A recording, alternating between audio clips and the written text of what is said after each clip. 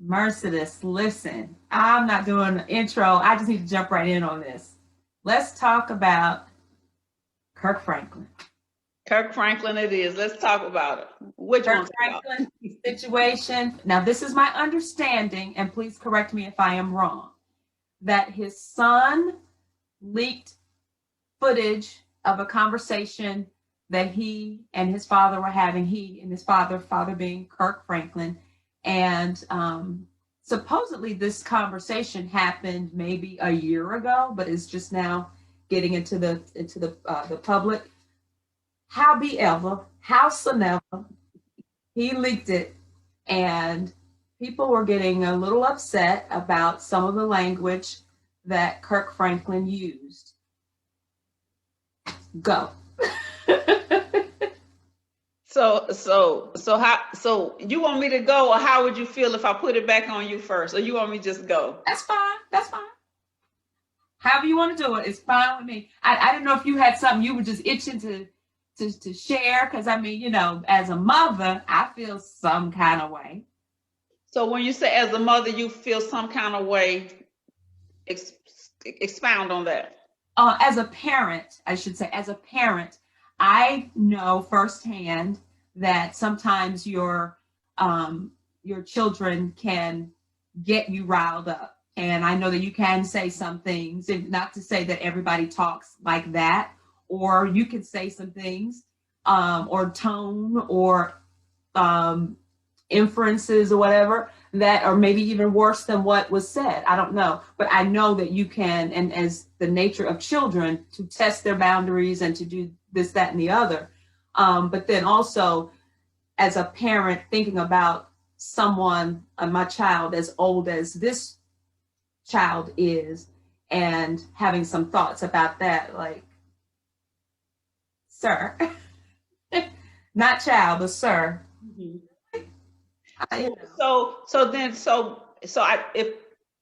If what we read is correct, he is 30. Or 33, I think. Say it again. 33. Okay, so whether he is 33 or whether he is 13, what are your thoughts on the language that was used? And what are your thoughts on the whole notion of him being the premier gospel singer and gospel music creator? So what are your top thoughts on those two things? Okay. The language is concerning, because I personally, I haven't, knock on wood, to date, talk to my children like that. And it's just not normal for me to talk like that. So it would be a bit of a stretch for me. But I do understand how one could possibly get upset. Whether the child was 33 or 13, I'm not making excuses for the language. And I would think whether the child was 30 or 13, the language would be slightly different, I hope. Because at 30, I'm talking to an adult, and who should know better and understand better. And so, but then I'm talking to a teenager. But delivery, yeah, I don't. Go ahead, Mercy. Right. So the two key things for me is, you just said one, delivery and intent, right? So I have alluded previously that I might let a hell fly, right? So I might say, what the hell? And I think in a couple of our recordings, I have said what the hell. The truth is, I sometimes take it a little further, not in attacks on someone, but it's just a part of my vocabulary. So as easily as I can say hell, I can say a 15-letter word that you gotta go look up in the dictionary and get 3 examples to make sure you understand what I'm saying.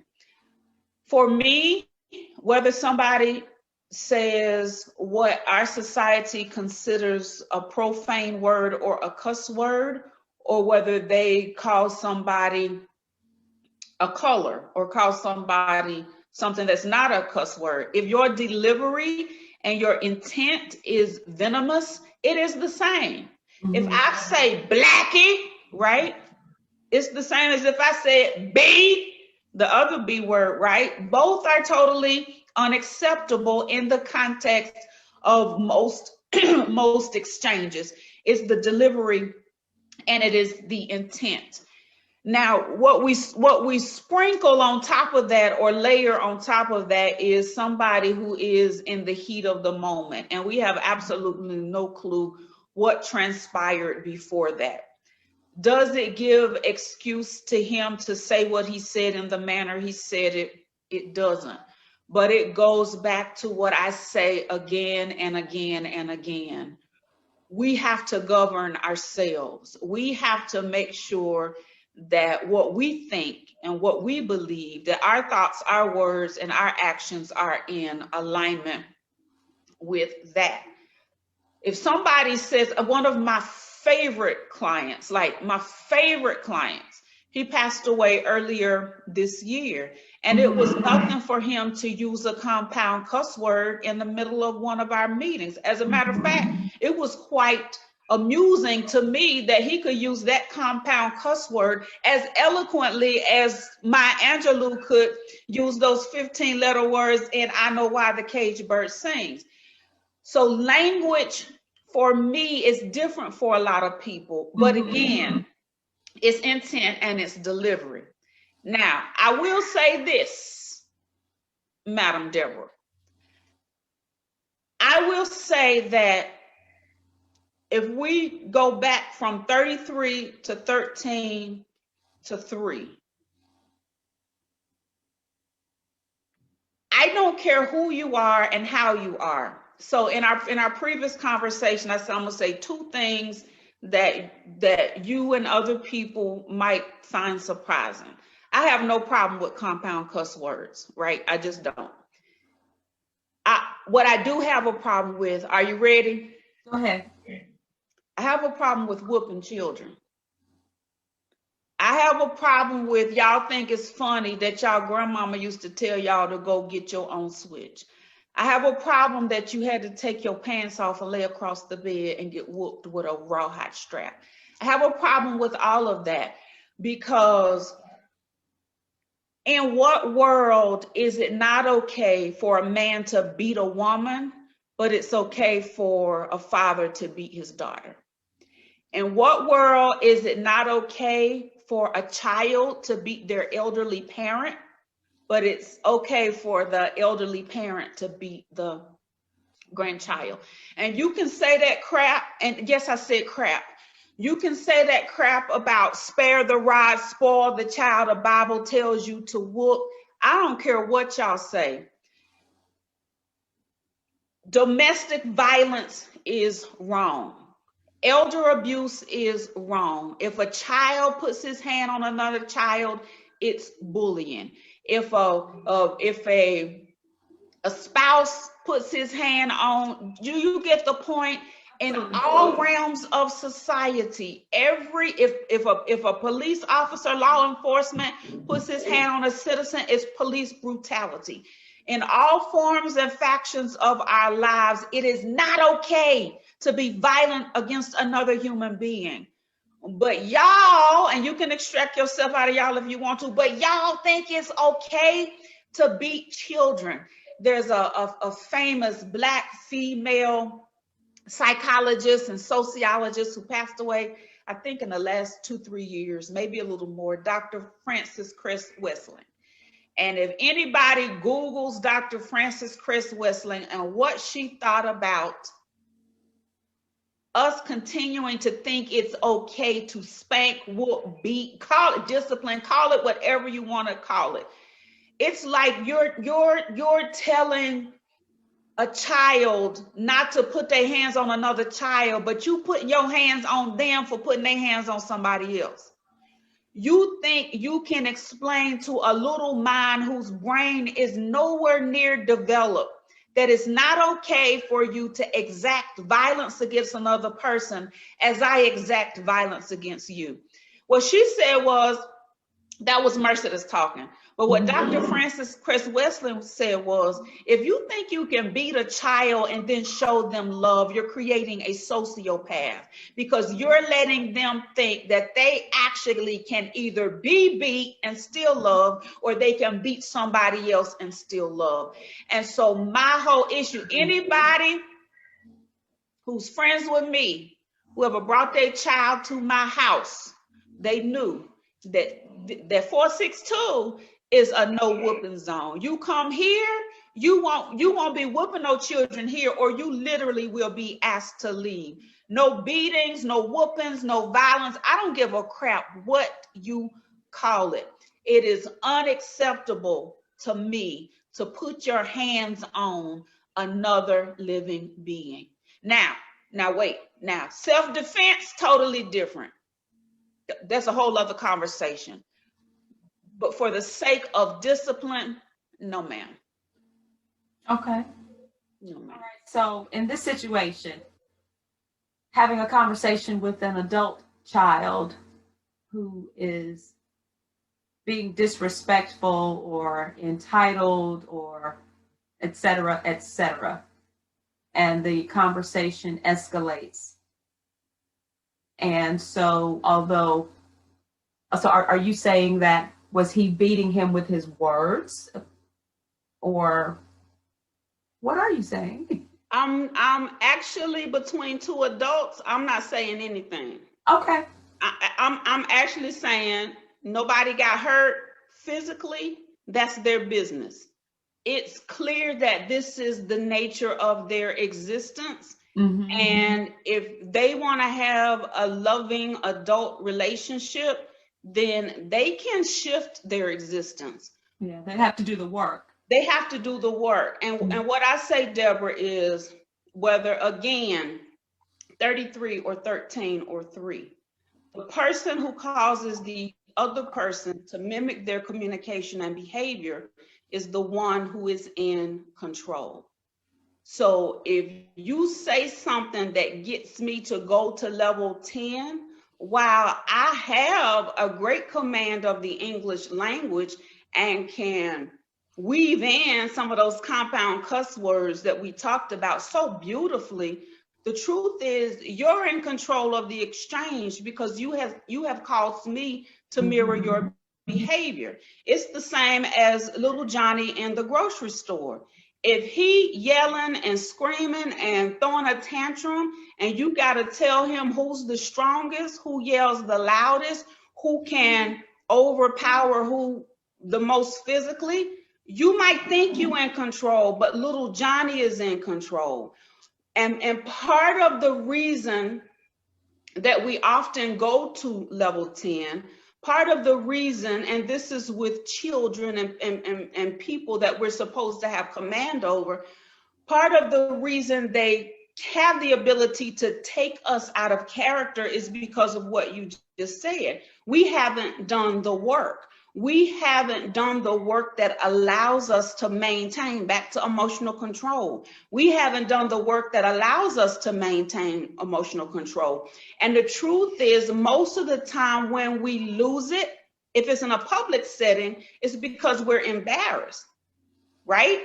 I don't give a crap how much if you with me and you a child, I don't care how much you holler, scream, roll on the floor. If I have taught you properly, and you are with me and you act like that, the truth is that's no reflection on me. Too often we believe that when children act out, we have to match them to get them under control, because we're worried about what everybody else thinks about us. And the truth is, most adults do say that the child is acting like that because they have no home training. Some of them do have home training. They just decided they was going, right, show out today. Right now. Right. They decided they was going to like try mama or try daddy. So what the adult has to do is, and so this goes to vibration, it goes to energy. What the adult has to do is maintain their own vibration of peace and calm and control, maintain their own vibration so that the child sees, so that the young person sees, matters not what you do, I'm still in control of this situation, and find another way to deal with them versus yelling. Find another way to deal with them versus putting your hands on them. Because the first time you yell at them, you're either going to have to match or escalate in future exchanges. The first time you put your hands on them, you're going to either have to match or escalate in future exchanges. And I know people love to talk about putting the fear of God in children or putting the fear of God in other people. But the truth is that is not always sustainable. And in the near future or in the distant future, it's going to show up again, and it's going to show up just like it showed up in Kirk and his son. Yeah. Yeah. And it's, you said something interesting about if you're putting your hands on your children and then we expect them to love us, but you're hurting me. Yeah. It's because I love you. I'm doing this because I love you, but I need you to show your love a different way. Love shouldn't leave bruises. Right. You're doing it because whether we admit it or not, we're doing it because we are out of control. And in order to gain control, that's the highest form that we know to use, when the truth is that's not the highest form. I tell you personally, the reason how I got to this place, my oldest nephew is, if he's not in his 30s yet, he's almost in his 30s. So I have a nephew in his 30s, a niece who's about 21, 22, and a nephew who's 18. I have never touched any of them. And here's why. The only thing I said to them when they would come to my house, we were out in public, they knew if I said, boys and girls, they better get it together.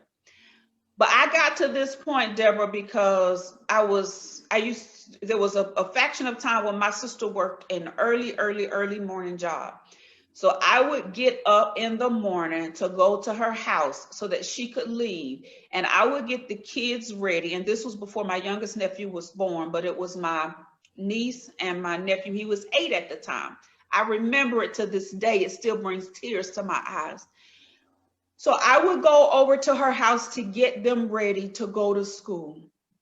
And he already had his little routine together, him and his mom, but I didn't know the routine and I didn't figure out the routine. And because he didn't do what I told him to do when I told him to do it, and he was just kind of piddling around doing what he does, and my fear was that he was going to miss the bus, but I was also getting frustrated because he wasn't listening.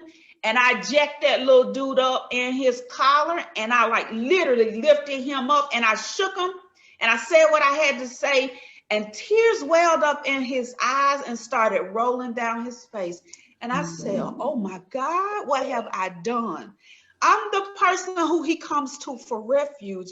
I'm the person he comes to for protection. And me putting my hands on him made him see the person who he know, if nobody else will do what needs to be done to take care of him and protect him, I is going to do it. That tore my insides out. And I said, never in my entire life will I ever put my hands on him again or put my hands on my niece or any other child, because it's not worth it and it doesn't work. And it sets the wrong example for them, Deborah, about how to deal with things in their life as a child and as they grow into adulthood. And so that's why I say we as adults have to develop the skill sets and the tools that allow us to deal with children and deal with each other in a manner that even if we go to level 10, we go to level 10 and it's by choice. We go to level 10 and we are in full mental function and full mental capacity on what we're doing, how we're doing it, and why we are doing it, so that we reach the result that we desire and not the result that scars people for life. Wow. What's so interesting about what you said, it just reminded me of so many other parents that I think about, that early morning routine, got to get everybody out the door, got to get to work, get the kids to school, maybe young parents, just different situations, and just in the throes of just survival and not really having had the chance to get those skills. We just surviving. Right. We're just trying to survive, and I'm doing what I saw or what was done to me. That's the key. I know. That's the key. Yeah.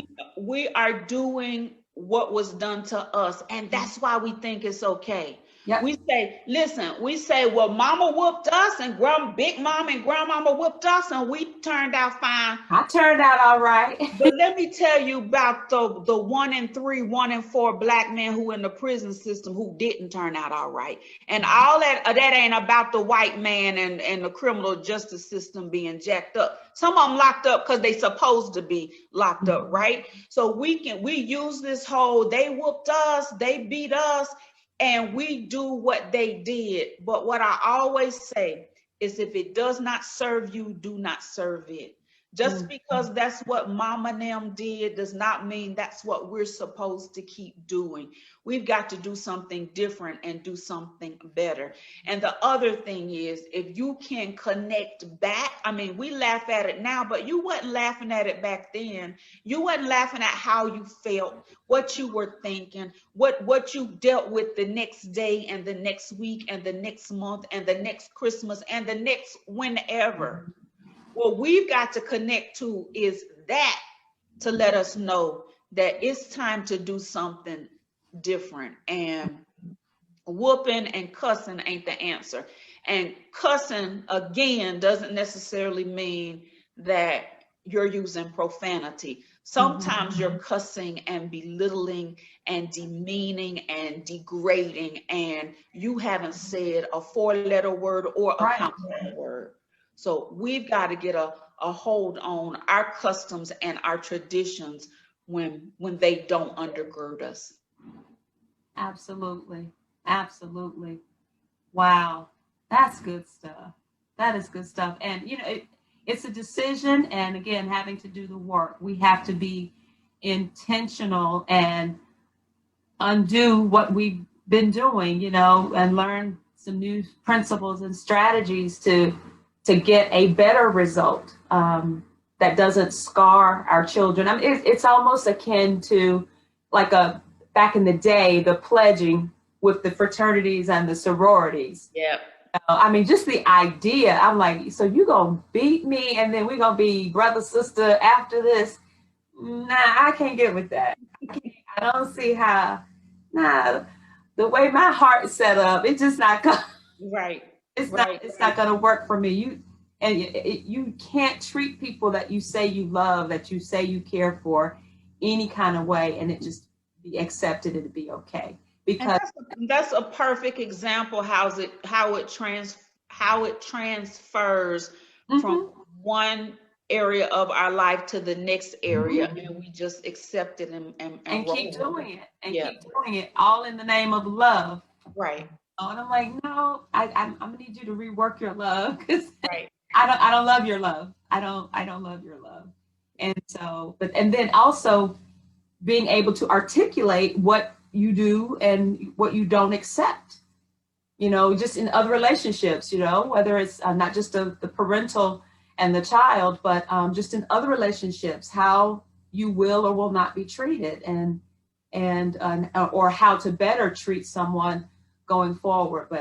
But yeah, the whole Kirk Franklin thing, it brought about a lot of opinions. Right. We got our point and click committee. We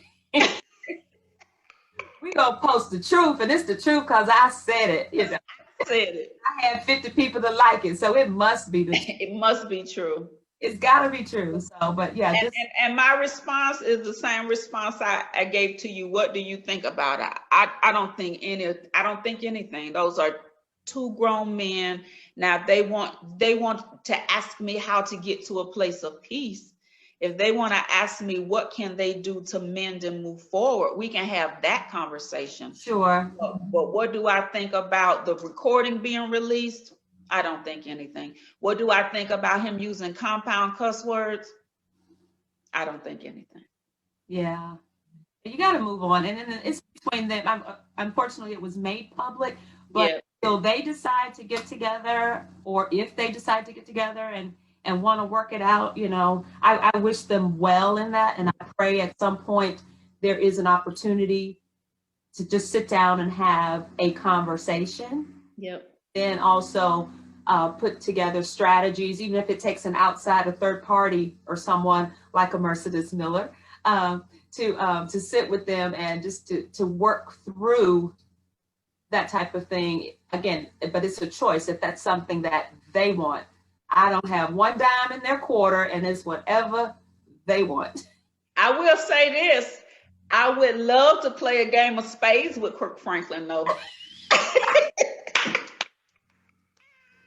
Bam. With a big joker. Look, I'll play a good game of spades with it. I bet that would be very entertaining. He's entertaining anyway. Just Yes. anyway. I mean, oh my gosh. So yeah. But and people just need to mind their business. That's what they need to do. Yep. Take care of your situation. Agreed. Agreed. Good stuff. Mercedes, as always, thank you. Thank you. I have enjoyed it. This was fun. Absolutely. Until next time. All right. Talk soon. All right, sweetie.